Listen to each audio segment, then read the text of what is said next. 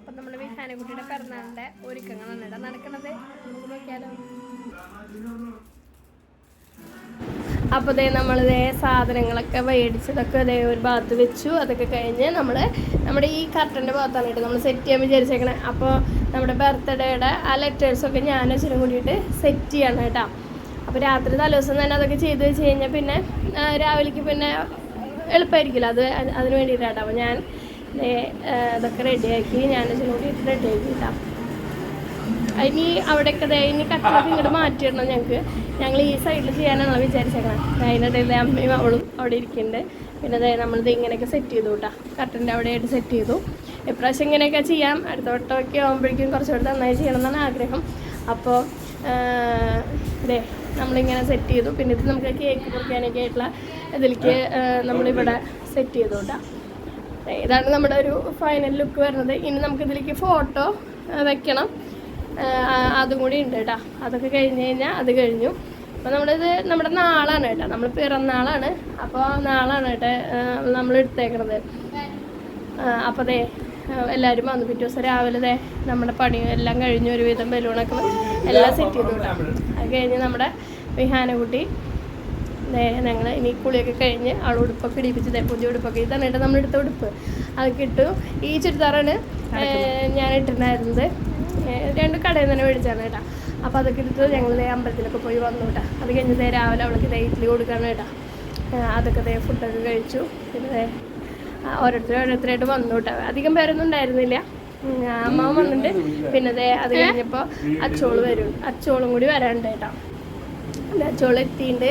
ഞങ്ങൾ അപ്പോഴേക്കും കേക്കൊക്കെ പോയി വാങ്ങിയിട്ട് വന്നേക്കാണ് കേട്ടോ. അപ്പോഴേക്കും നമ്മുടെ ഫുഡൊക്കെ എത്തിയെന്ന് പറഞ്ഞിട്ട് വിളിച്ചിട്ടുണ്ടായിരുന്നു. അപ്പോൾ നമ്മൾ ഫുഡൊക്കെ റെഡിയായി വിളിച്ചിട്ടുണ്ടായിരുന്നു. അപ്പോൾ അത്യാവശ്യം നല്ല ഫുഡൊക്കെ ആയിരുന്നു.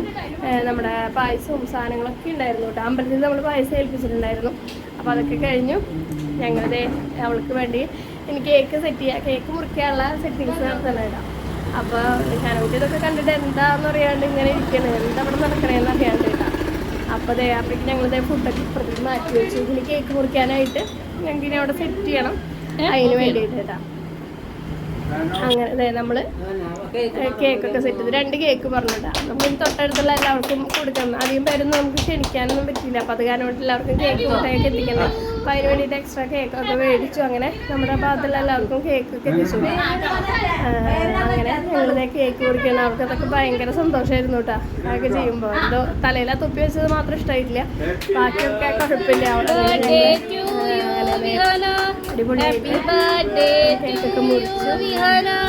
നല്ല സന്തോഷമായി. എല്ലാവരും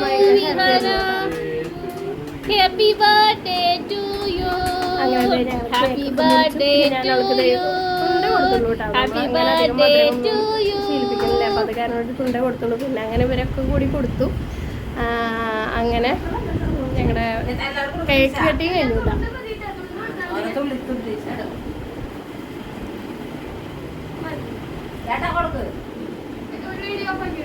ഓരോരുത്തരോരോരുത്തര കൊടുക്കാം. അത് കഴിഞ്ഞ് നമ്മൾ പിന്നെ സദ്യ വിളമ്പാനായിട്ട് വിളക്കൊക്കെ കൊളുത്തി അത് കഴിഞ്ഞ് ഭഗവാൻ വെച്ചു.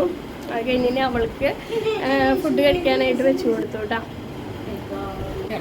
അവളുടെ പിന്നെ ഒരു കലാപരിപാടി അവിടെ നടന്നത് അവൾക്ക് വിട്ടുകൊടുത്തോളൂ. എന്തെങ്കിലും ചെയ്യട്ടെ വിചാരിച്ചിട്ടാണ് കേട്ടോ.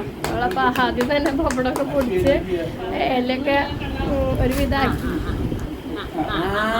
പിന്നെ അത് കഴിഞ്ഞിട്ട് പിന്നീട് അവൾക്ക് ചോറ് കൊടുത്തു.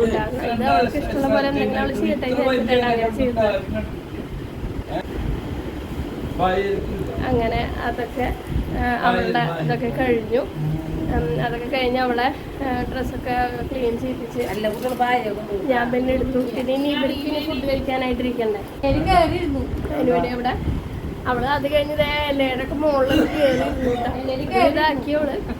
അതൊക്കെ കഴിഞ്ഞ് പിന്നെ അവര് ഫുഡ് കഴിക്കാനായിട്ട് ഇരുന്നു. ഞാൻ അവളെയും പിടിച്ചിരുന്നു കേട്ടോ. അമ്മാവനിരുന്നു, അച്ചോളിരുന്നു, അച്ഛനിരുന്നു. അങ്ങനെ അവരൊക്കെ ഇരുന്നു കേട്ടോ. എല്ലാ കറികളും എല്ലാ സാധനങ്ങളും ഉണ്ടായിരുന്നു. നല്ല അടിപൊളി സദ്യയായിരുന്നു കേട്ടോ. പിന്നെ ഞാൻ അവളെടുത്ത് ഞങ്ങൾ കുറച്ച് നേരം ഇങ്ങനെയൊക്കെ ഇരുന്നു. പിന്നെ അവളെ ഞാൻ ഉറക്കിയിട്ടാണ്. ഇത് അച്ചോള് കൊടുത്ത പാവയാണ് കേട്ടോ. അവള് അപ്പോൾ അതിനെ കെട്ടി പിടിച്ചാണ് കിടക്കണത്. ഭയങ്കര ഇഷ്ടമായി ആൾക്കത്. പിന്നെ അത് കഴിഞ്ഞ് അവൾ ഇറങ്ങി കഴിഞ്ഞിട്ട് ഞങ്ങളുടെ പിന്നെ ഇരുന്ന് കളിയായിരുന്നു കേട്ടോ. അവളുടെ കൂടെ ഇരുന്ന് കളിക്കലാണ് വീട്ടിൽ. പിന്നെ എല്ലാവരും ഞങ്ങൾ ഇരുന്ന് കഴിഞ്ഞ് ഇങ്ങനെയാണ് അവളെ ഒപ്പിരുന്ന് കളിക്കും, ഞങ്ങളും ഇരുന്ന് കളിക്കും കേട്ടോ.